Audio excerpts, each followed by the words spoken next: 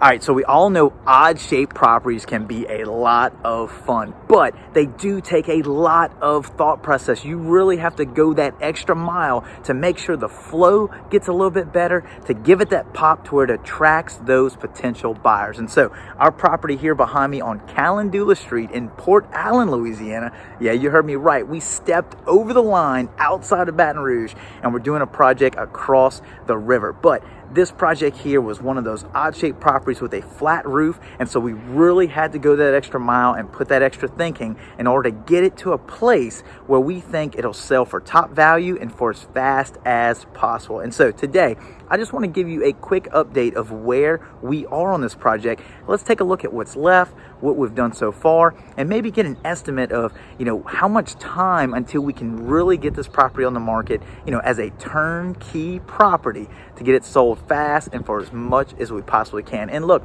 if you missed my first video on this project from only a few weeks ago where I did a walkthrough and talked about these odd-shaped properties, I'm going to go ahead and put a link up here at the top that you can click and check out that video as well, just to get an idea of what this property looked like from day one. And so without wasting more time, let's go ahead and jump right in.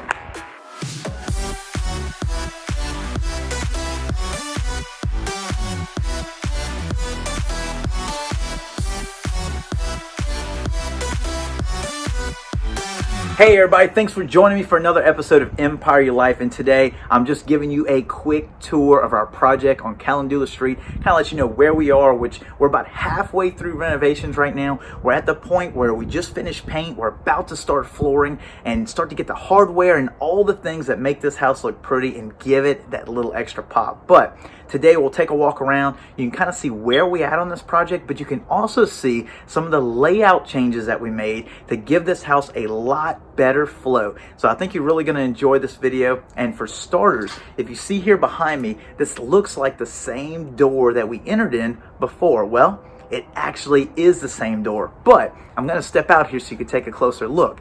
If you see the Tyvek paper that's behind me here, what we did is we did a pop out from the kitchen, because if you remember before, we would walk into this back door, the same back door you see here, but it was going directly into the kitchen, which gave you no transition area to go into the house to put your shoes down, to put bags down.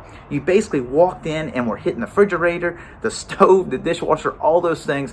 So you needed some sort of transition area to get you through and into the house that create more of a welcoming, inviting area for you to come into the house from this back door, which, is from the carport side, which is where you're gonna be entering your house 99% of the time. And so very important to have something like this where we did a pop out from the kitchen where we increased probably about 150 square feet, allowing for a mudroom now that you can come in, set your bags down, you can take your shoes off, just gives you that great transition area as you go into the house. And so you can see that bump out here behind me, and I'll lean back so you can see a little bit more. But now let's go ahead and take a look in so you can see what it looks like from the inside.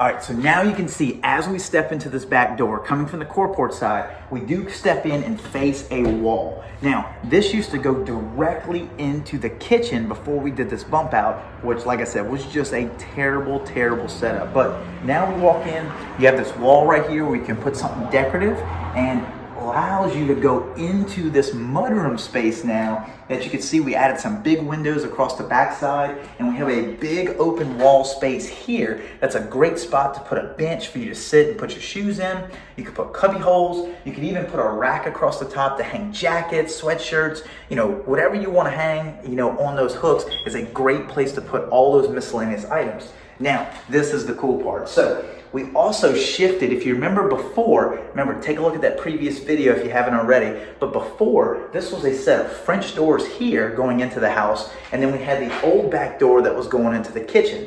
So what we did is we took those French doors that were here, and you can actually see them now on the other side of the dining room space going into the backyard now. So we're able to reuse those French doors, which is a great thing to think about on all of your future projects, is trying to reuse as many materials as you possibly can. That was a really great door. It just was not in a great place. And so we were able to reuse that on the other side. But if you see behind me here, we took a new door, a full glass light door here to go into the house. So that's your new entry point into the actual house, or the previous house as it was set up before. And you'll see that the flow now is just so much better. So let's keep going in here.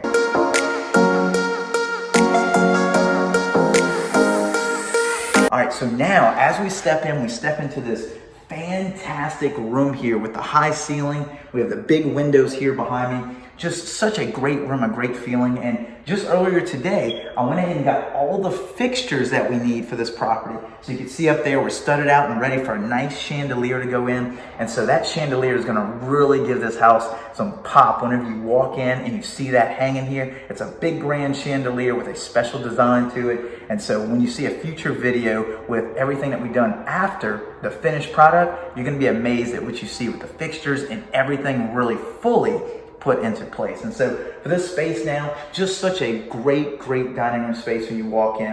You know, a lot more of a transition type area here. Also, you'll notice as we came into this door here, the way the door is positioned, it is between this dining room space and the kitchen that is right behind me as well. And so now we have a nice walking path that goes right in between those two spaces, where before on the old wall previously, we had those French doors that were over to the side here, and we had the old back door that was going into the kitchen where the new pantry door is now. And so you can see how that was such a bad layout to where you're either walking right into your dining room table or you're walking right into your kitchen space, which is a no-no. We gotta have a good transition space. And so having that little bump out that we did here, now we have a great mudroom transition space, and I'm so excited about that. That is just gonna make the value of this house go up so much, and it's gonna look so great to potential buyers when they see it. And it was really a fairly easy thing to do as well. And think about this on your projects. If you already have an existing roof line, you already have concrete in place, how easy is it to add a few walls, add some insulation, add some siding on the outside, some sheetrock, some flooring, and turn that roof line, under that roof line, into some usable square footage that's now sellable square footage. And I think we did this in a great way. But leave your comments down below. I want to hear what you think about this. You know, do you think this mudroom was a good idea? What layout would you have done different if you had some different ideas? I want to hear all your comments, so leave it down below. And of course, if you're liking this renovation so far, make sure you smash that like button down there to let me know that you like this renovation and that you like this video. And don't forget about that notification bell, so that way you can get videos in your inbox automatically every single time I post a new video. So let's keep going with the tour here. You can see the kitchen here, we really haven't done a whole lot just yet, but we do have plans to go ahead and demo that countertop, which was the old tiles,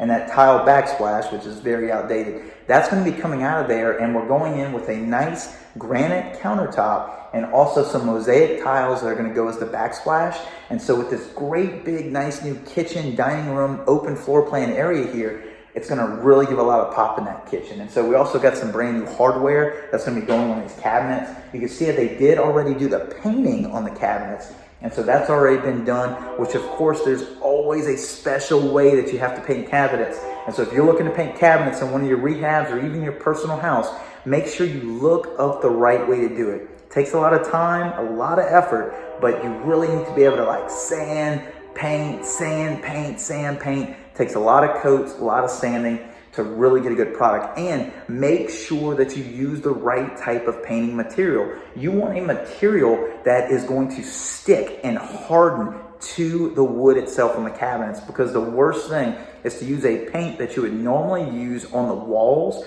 and on cabinets they start to chip off. And when cabinets start to chip like that, you'll see that in some older homes, it is very hard to match or to make look right again. And so very important, use the right product and make sure you do it the right way. Sand, paint, sand, paint. There's some processes and some steps to that. And you know, maybe I'll post a video about that specifically at some point in the future that you could check out, you know, just to make sure you're doing those cabinets the right way. So very important, so important. So, all right, where our old back door was, as I mentioned before, now we turn that into a pantry.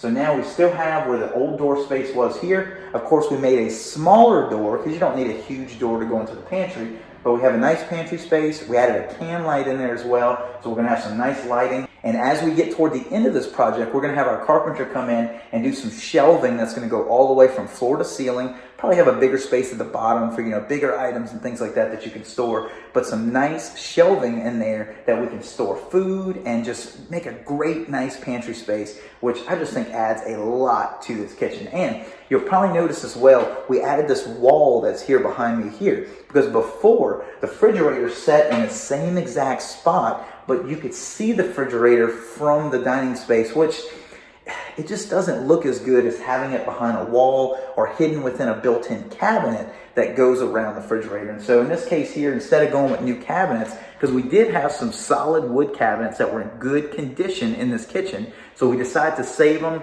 just repaint them and reuse what we had here. So I didn't want to go with doing a whole new cabinet setup just to engulf that refrigerator. So we added a simple wall. Now it gives it that separation. So now you have a kitchen separate from your dining room space here, which I just love the layout so far and it's feeling good. So remember, let me know what you think as well.